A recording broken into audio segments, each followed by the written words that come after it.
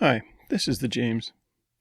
I used to think that PETA was the greatest animal rights group ever. They are so huge and powerful. I joined. Soon I discovered that when you let your membership dues lapse, they keep sending you stuff for years anyways. But they also convinced me to go vegan, and I stuck with it for 20 years. This wrecked my health, to put it mildly. I'm recovering from that now, but that's a story for another day. So anyways, in 2004, they did something so outrageous I stopped all support of them. Their long-running campaign against Procter & Gamble was simply dropped. They let them vivisecting bastards win. And all them years of campaigning against them, the boycotts, the letters, the stickers, all went down the toilet, while the CEO of Procter & Gamble surely had a victory party. I used to put little stickers on every payphone in town every day that said Procter & Gamble poisons animals. I still have some even. Then the whole thing was dropped, and not because they agreed to stop torturing animals with their products. They dropped it to free up resources for a new campaign, McDonald's. It seems they were buying chicken meat from breeders and processors that were mean to the chickens. Imagine that. Why didn't they target the people committing these acts instead of the restaurant chain that bought the final result? It would have worked better, been a lot easier and cheaper, and there would have been plenty of resources left over to continue the P&G campaign. You know, divide and conquer, go after the snake's head, not its tail. So I was miffed PETA. It also seemed that they were wasting efforts on numerous small campaigns that virtually no one cared about. Save the silkworms, they're boiled alive. The Spice Girls wore fur. Don't chain up dogs. Give dogs straw to lay on. Meanwhile, some things seemed to be of little concern to them. Vivisection, fur farming, wild trapping, hunting. Their numerous campaigns, some of which have little interest to most activists even, are too little too late. They cannot stop the silk trade, and not everyone can afford a fence for their dogs. But as large and powerful as they were, I assumed they would help me when I needed some awareness for a local animal-related issue. Never assume anything.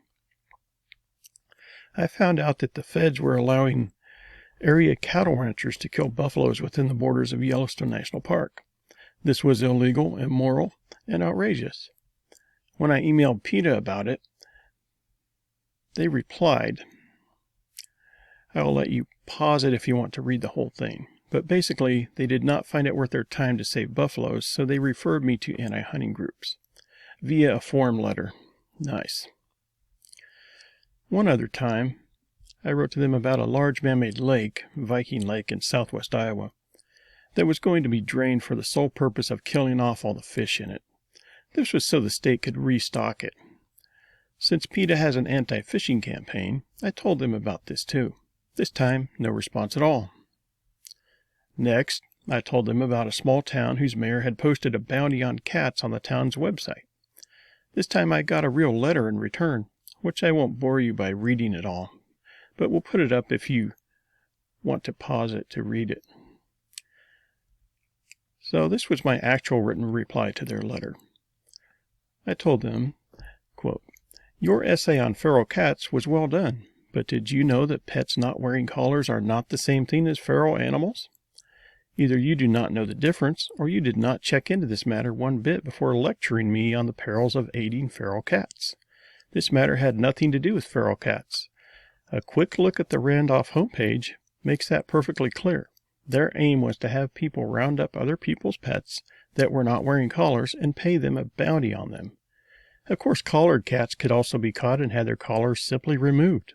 The mayor does not refer anywhere to wild, diseased, or feral animals, just loose cats that are, quote, out to go to the bathroom.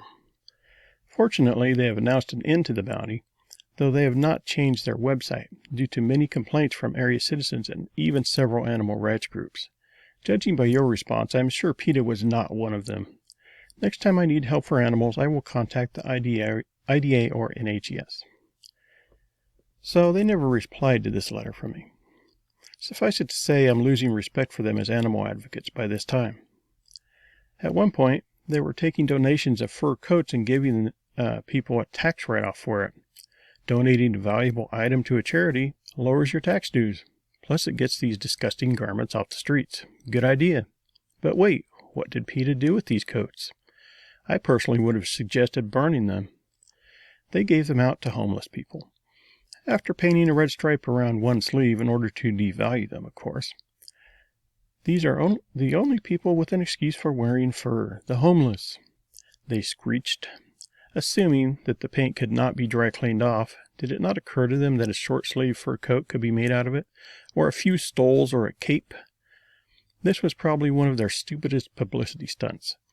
I would love to know how many of those coats are still being worn by homeless people, and how many were sold and cleaned, or refitted and worn by rich people right now. Anymore, all you hear about PETA is their monthly publicity stunts, usually involving naked humans. It gets old. They're doing a lot of good work for animals, mainly educational. But as far as advocacy and intervention, they suck. Too big, I guess, with 9 million claimed members.